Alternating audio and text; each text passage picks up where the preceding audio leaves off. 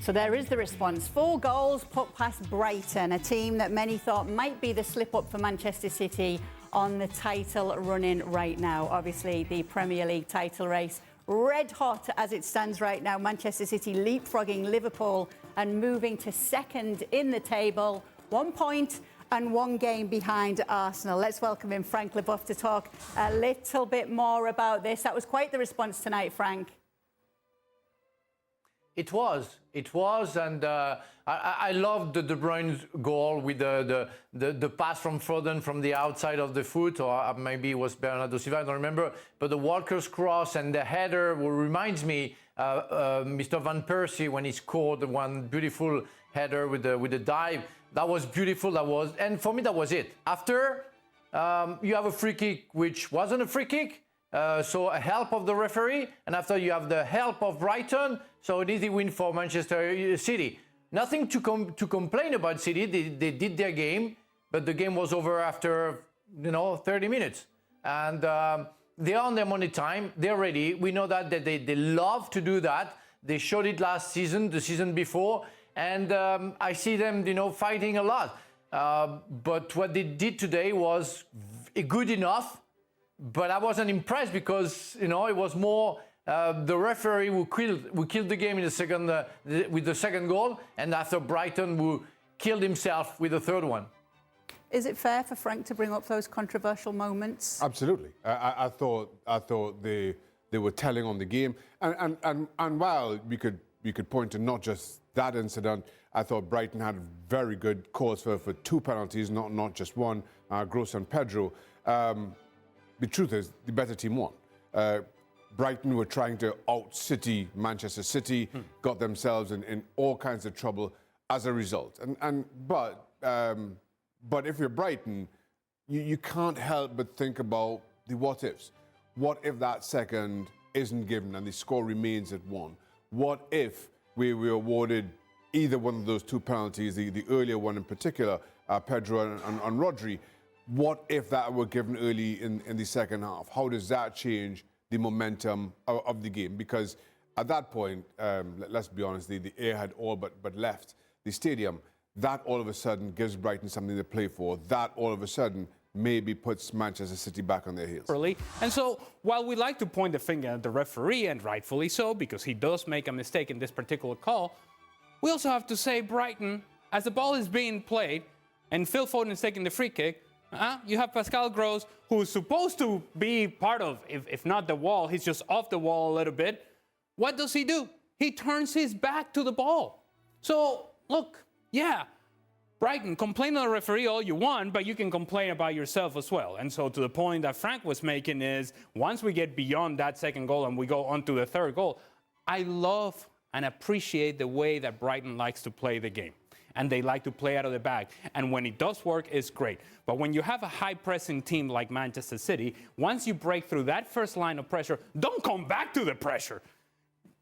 Take the game into the middle third. You broke the pressure, now take it into the middle third. What Brighton do in the third goal is little pass, backwards, sideways, backwards. What do you think is going to happen? Eventually, a pass is going to come up short. Eventually, you're going to lose the ball. Eventually, you're going to give up a goal. So while I appreciate their style of play, at some point, it's just too much. You just have to read the game for what it is, and you can't just hang on to, well, this is the way we play the game, so that's how we're going to live and die with it. No, you can live with it, but you don't have to die with it. So it becomes a stubborn approach. And it wasn't just the defenders doing it. It was the goalkeeper as well. And it's nice and cute and beautiful when the goalkeeper is like doing drag backs and step overs. So you know what you're doing? You're inviting more pressure and inviting more pressure and inviting more pressure. Eventually, pressure becomes too much. They lose the ball in a bad area and they give up a goal. Frank?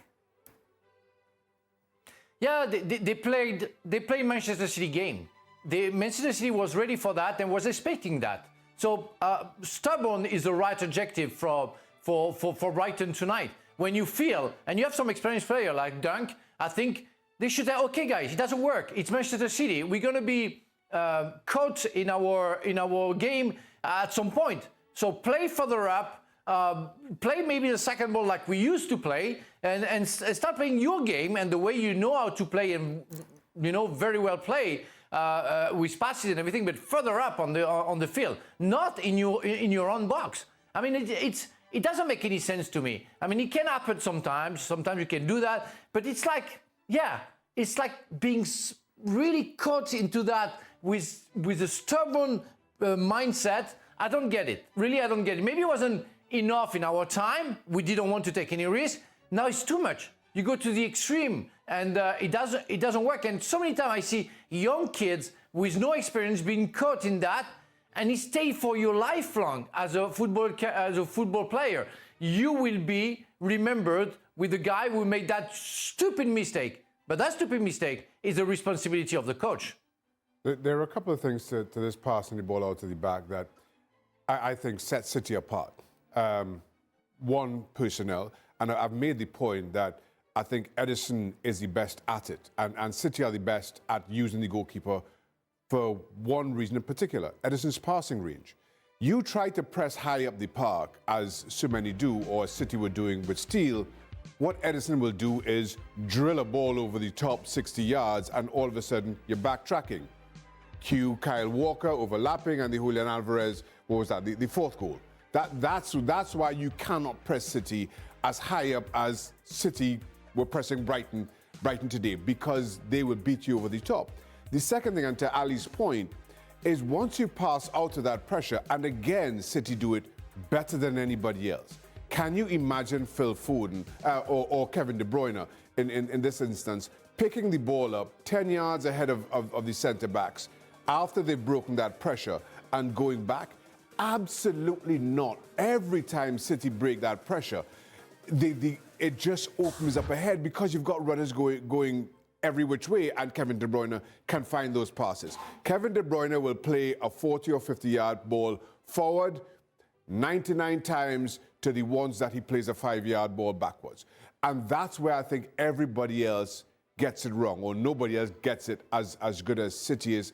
Nobody is anywhere near as effective as they are. Well, Manchester City are the VIP elite level of that.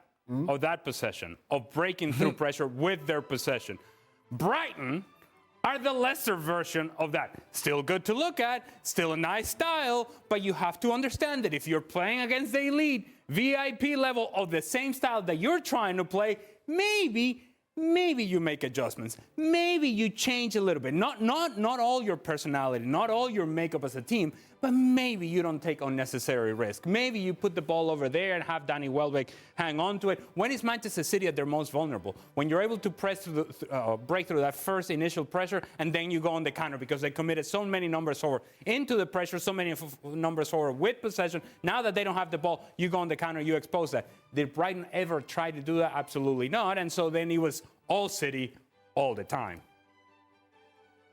You know that you have the possibility to judge a little bit more De Zerbi. He's a new player. He's a new coach. He's talented. The way he makes Brighton playing is great. But because of that game, I was expecting to see something different. Maybe him trying to do something else to make sure that you don't go into what Manchester City is expecting. And I didn't see that. I would have loved to see De Zerbi changing his game, saying to this player, you know what, we're going to play further up, we're going to give pressure, because we know that City doesn't like that. When they have guys and they have to press, yes, of course, the goalkeeper is very good at launching long balls like Shaka mentioned before. But that was for the fourth goal. I would have loved to see De Zerbi, and De Zerbi missed that opportunity to show to the world that he's ready to maybe go to a bigger club, because he has other options, and he showed that he has only one option. It's good, but against elite club, VIP club, it doesn't work. Well, as mentioned, the title race is red hot right now, and this weekend it could be about to get even hotter. This is the odds right now. We're taking a look at it. What are your thoughts on how things are shaping up right now, Shaka? Listen, it's the amazing thing is we've said all season long that this is a lesser version of Manchester City than we've become used to. Yet we sit here and they have not lost a game dating back to the turn of the year, I think it is. City, for all their faults, for all the issues that they may have, being a lesser version of themselves, this point of the season is they just know how to get the job done. So it's almost impossible to look past them at this point. I think Liverpool are all but out of the title race at this point. Arsenal, it's while playing the best football in the league, as I've said, City, it's in their hands, and that is the last place you want it to be. You see them winning out, Ale? City? Well, yes. They have the best option that anybody else has. I mean, look, I think what's important about today's game in particular for Manchester City is that because it was over after 35, 40 minutes, realistically, then if you're Pep Guardiola, you're able to withdraw players. You're able to make changes. You're able to relieve some stress. There are going to be a lot of stressful moments, both for the mind and the body, in this close out of the season. And so if you have fresh minds, if you have fresh bodies, you give yourself the best opportunity available. So it's important that teams like Arsenal and Manchester City are able to go through these games in which it becomes a glorified training session, so that when it counts, when you need that small margin that may just be the difference between you winning the league or not, you're fresh, and your legs are there, and your mind is there, and your heart is there. Manchester City, I think, should be the favorites because of the pedigree, because of the experience, because of what they've done. Arsenal are right there, and I think what Arsenal should be very mindful of, let's make this as difficult as possible for Manchester City, as stressful as possible for Manchester City. Let's not just give it away. Let's force them to be perfect from here on out. Frank, what are your thoughts?